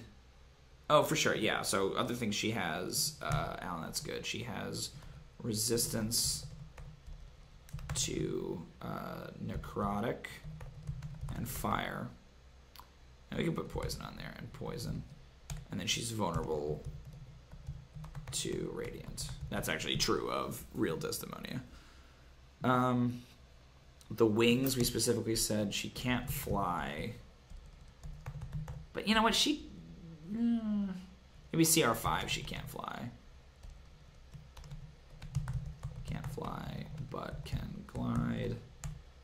CR10 plus can fly. The current version of Desdemonia can only glide because the wings are sort of smaller. But I think it's fine to say it as she gets higher level that it lets her do that. Can we think of some I know I've said this a couple times. Can we think of some like non-combat style abilities or like things she can do? Like almost what was the Angel's thing? Divine awareness, right? Like she's always aware if you're lying. Oh, hey. 2 army kid. Welcome. Divination magic is good for gathering other people's secrets, using other magical tools that are more powerful, or very skilled with divination magic herself. That's interesting.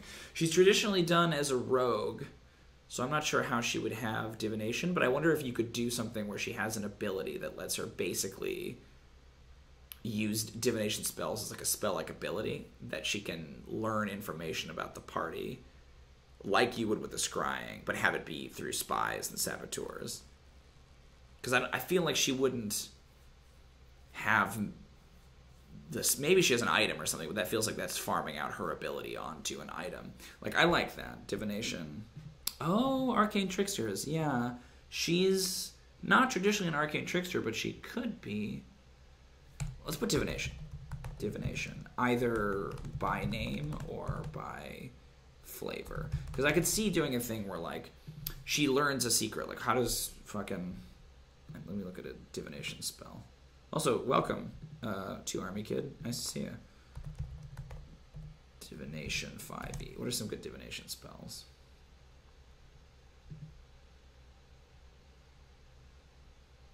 Oh, that's the school. But like scrying, right? Things like that. That she can like gain that knowledge. Yeah, scrying is a 5th level spell. It takes 10 minutes. You can see and hear a particular creature you choose that is on the same plane of existence as you. So what if it was a thing where she can like see through the eyes of her agents? You know, it's not like scrying like I have a pool, but if she has, you know, little birds everywhere, that a high level version of her lets her see through the eyes of any of her agents scattered around the world, around the city or whatever, right? Because then it still feels like she's a spy master, but it's not. But it is, and it's definitely magical. But you functionally say that it's scrying, right? Like mechanically, it works like the spell scrying, but rather than it being like a mystical thing, it's that she sees through all of so she can see the eyes of her prostitutes or the little kids on the street or, you know, the guards that she's paid off. She just is the spider at the web of this huge. Ooh, yeah, her agents have a mark. That's solid. That way, when they capture an agent, they can see like, oh, they have this thing. It's got to be lips, right? It's got to be the kiss imprints, you know, like poison ivy or whatever. I like that. Yes, exactly. Lipstick on a collar. You got it, dude. Perfect. At higher levels, she can see through the eyes of her agents. Anyone with the lipstick sigil, the sigil of the lipstick, fire engine red or whatever. Yeah, so that she can replicate divination spells, you know, through her agents. So, I mean, arcane eye is good, right, for that. So I could see it scaling, you know. I could see it being something simple like clairvoyance or locate object or locate person. What level is locate creatures 4th? I'll just make a list of good divination spells that could work here. Locate creature, because like, I even see like innate spell casting being the name of the ability, but it has a list of things that she can use, right? Like spells she can cast through her agents. Locate creature is good, and arcane eye. So like, scrying lets you look at an individual, right, wherever they are.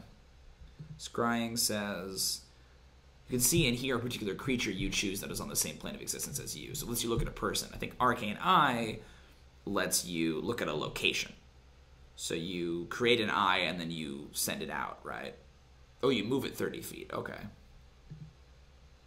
Divination. You ask a simple question. So I don't think it's anything like that. I don't think it's like give me knowledge, but I think it is surveillance type stuff. True seeing, foresight, yeah. Locate creature, arcane eye, scrying. Those ones seem good. You could put locate object in there too. Locate object / creature. Arcane eye has limited range, but you could change that, right? Like kind of like we did with Hellish Rebuke. Hellish Rebuke for Agnoment is radiant damage instead of fire. You could say Arcane Eye up to a certain, you know, limit. Arcane Eye has what? Has range of... it says there's no limit to how far away the eye can move, but it can't enter another plane of existence. But you have to send it out. It only lasts for an hour, and it can only move 30 feet at once, right? So we could, you know, modify that. But I think that's cool. Good call, Army Guy. Oh yeah, I like that. The Cambion, the CR5. I looked at the Cambion, I looked at the Succubus as well.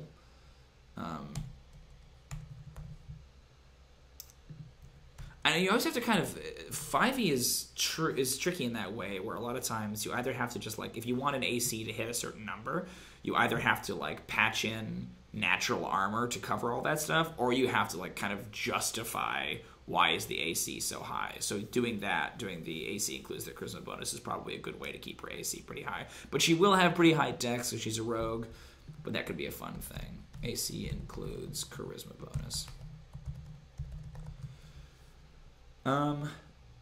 Yeah, so I feel like the CR5 version of her is pretty much like an assassin, is like a succubus with a few of the abilities moved around. Like a succubus can go onto the ethereal plane, which doesn't really feel like something she can do. And so replace that with some more traditional rogue abilities that she's like pretty standard as a CR5 version. And then the CR10, I feel like you start to get into the allies and the charmed stuff. You know, you get, that's where the template comes out, and that's where the first bit of divination comes out. I'm trying to think of like other cool hits there. Are there any more like fiendish elements to it that you could put in? I feel like let's look at the template. Spoken for, you cannot be charmed by other creatures. I feel like there has to be like a fanaticism, you know, like head over heels or whatever. And it has something to do with like they can. Yeah, right, exactly. Where she's built up her network, but I think that's where she's kind of starting to. She's got a brothel, or she's got a tavern, or she's got a whatever. That's the beginning of her empire, right? So I don't know if this is the name for this, but the target takes damage for Desdemonia, right? That like if they're adjacent, kind of like a shield guardian, if they're adjacent, they can receive the damage instead of Desdemonia, or take some portion of the damage. The damage gets divided between them. Like die for you or whatever, right? Like,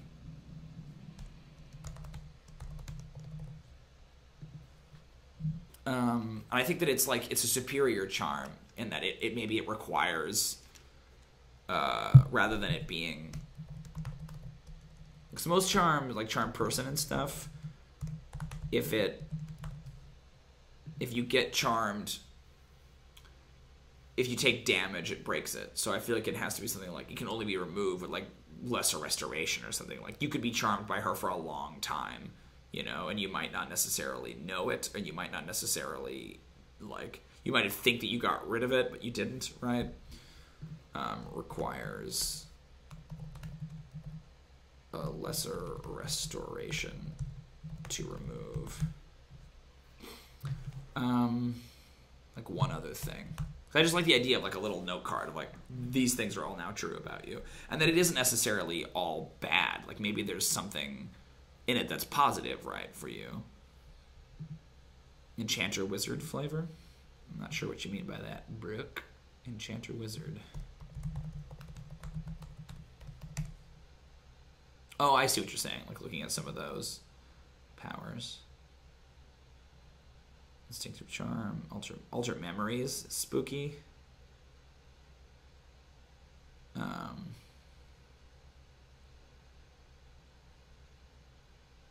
Hypnotic Gaze. Yeah, there's some interesting stuff here to look at for sure. Oh yeah, you can't tell you've been charmed stuff. Yeah, because I think, to me, it has almost like a Purple Man kind of vibe. If any of you have seen Jessica Jones, right, where she just is so compelling that she might tell you to do something and you don't really realize it's been done. That might be another good spell-like ability, is to give her like a command-esque thing that she could just like pick that up. Right, she can just tell you to do something and you do it, and you don't really realize that you did it. The command as an at-will at high levels is really cool, I think. Spell-like abilities. Command at will. It's not like so powerful because it's just command. It's just like a one-word thing. but the notion that she's like undeniable, right? Like you can't, if she tells you to do something or she asks you to do something, you just have to do it because you can't disappoint her, even if you're fighting her, right? Like she just has such her charisma's through the fucking roof that you just can't. She's irrepressible. I think that's cool. I like all that stuff. I feel like there needs to be one more thing on the template. You can't be charmed by anyone else. There's like a damage share thing. It requires lesser restoration to remove. And then she has, I mean, obviously she would have like advantage on like the basics. Be like wild charmed. Desdemonia has advantage on charisma checks to interact socially. You cannot harm her and consider her a trusted ally, etc., etc.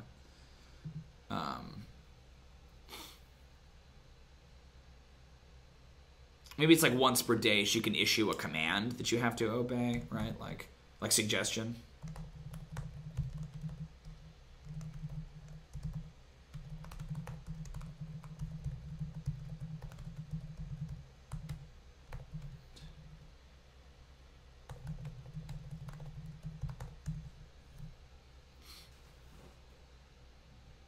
Yeah, that all seems good. Okay, I'm trying to think if there's anything else. Maybe we're done. Obviously, you have to go and, like, iterate on it all, right? We could try to just drum up the low-level Desdemonia. Maybe let's do that. Do the CR5 right now. Because I feel like... I still like the idea of her low-level one being like, she's a succubus, she's a shape-changer, that's all really deadly, right? But a lot of the big abilities haven't really kicked in yet. So let's just do insert page break. I don't really know how many people are even here in the chat right now. Obviously, Brooke and Alan are here. 2 Army Kid was in for a bit. I'm not sure if Shadowrunner is still around. Let's see. Yeah, we've got 2 people in the chat right now. Looks like it's just Alan and Brooke. That's cool. It's cool hanging with you guys. Let's just do this then. Let's get started on this Desdemonia. Desdemonia Assassin. Let me take the CR5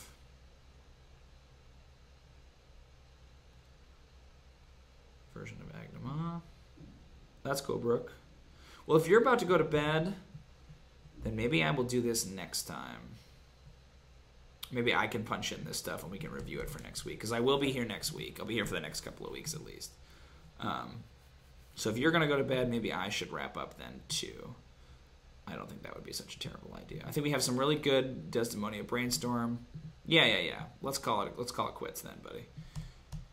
I got some good Desdemonia brainstorming. I'm glad we finished Agnoment. I got to sort of plug and chug on Agnoment to get it into a good place where it looks nice, and I got a bunch of flavor text and things to write for that. So hopefully I can try to have that ready for March. But yeah, I think we did a good job. So I'm really excited about where we are with Desdemonia. I think there's some cool stuff there. It's fun to be onto a new villain. Great.